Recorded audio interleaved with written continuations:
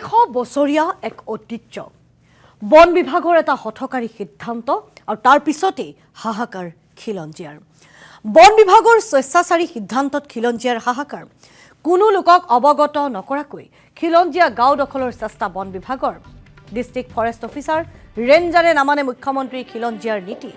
দহিকথা সংৰক্ষিত বনাঞ্চলত অন্তৰ্ভুক্ত কৰাৰ চেষ্টা গোৱালপাৰাৰ ডুবাপাৰা ৰাজহ গাঁও গোপনে গাঁওবাসীক নজনোৱাকৈ পট্টামাটি বনাঞ্চলত অন্তৰ্ভুক্ত কৰাৰ চেষ্টা 300 বছৰীয়া ঐতিহাসিক ডুবাপাৰা গাঁওখনত হাহাকাৰ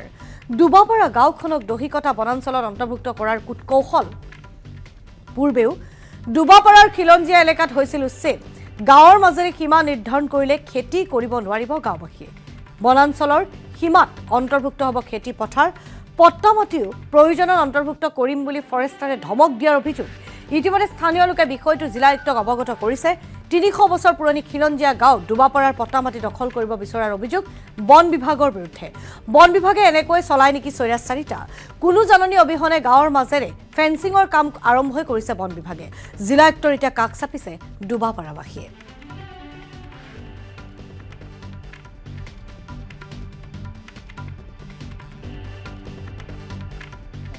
এখন দহিকথা সংৰক্ষিত বনাঞ্চল হয় আমি ইয়াত ইতিমধ্যে গম পাইছোঁ যোৱা বছৰ আমাৰ সূৰ্যপাহাৰৰ বেকসাইডত যিখিনি বনাঞ্চল সেইখন এভিকশ্যন হৈছে আৰু আমি চৰকাৰৰ যিখিনি কাৰ্যকলাপ যিখিনি এভিকশ্যনৰ কাৰ্যকলাপক আমি সদায় সমৰ্থন জনাওঁ আৰু আমি খিলঞ্জীয়া যিখিনি মানুহ আছে আমাৰ ডুবাপাৰা গাঁৱৰ মানুহখিনি সদায় সমৰ্থন দি থাকোঁ আৰু আমি সদায় চৰকাৰৰ লগত লাগি থাকোঁ কিন্তু আজি হঠাৎ কৰি আমি দেখিবলৈ পালোঁ যে ডুবাপাৰা গাঁৱৰ মাজেদি যিখন আমাৰ পট্টা থকা বহুত আজি 300 বছৰীয়া পুৰণা ৰজাদিনীয়া গাঁও এই গাঁৱৰ পুৰণা সেই ৰজাৰ আমলত থকা পট্টাবিলাক আছে সেই গাঁৱৰ সেই পট্টামাটিৰ ওপৰেদি শালি খেতি আছে কিছুমান ঘৰ পৰিছে আমাৰ স্কুলৰ যদি ফিল্ড আছে সেইগুলোৰ ওপৰেদি তেওঁলোকে মানে ফেন্সিং দিয়াৰ কাৰণে যোজা কৰি আছে কাৰণ ইতিমধ্যে তেওঁলোকে ফেন্সিং দিছেই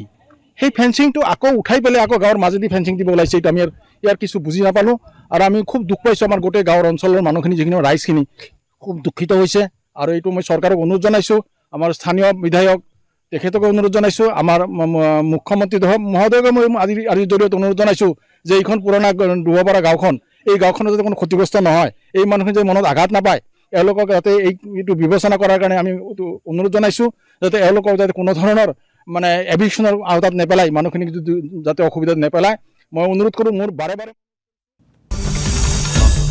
আসাম টক্স আপোচবিহীন অসম কণ্ঠ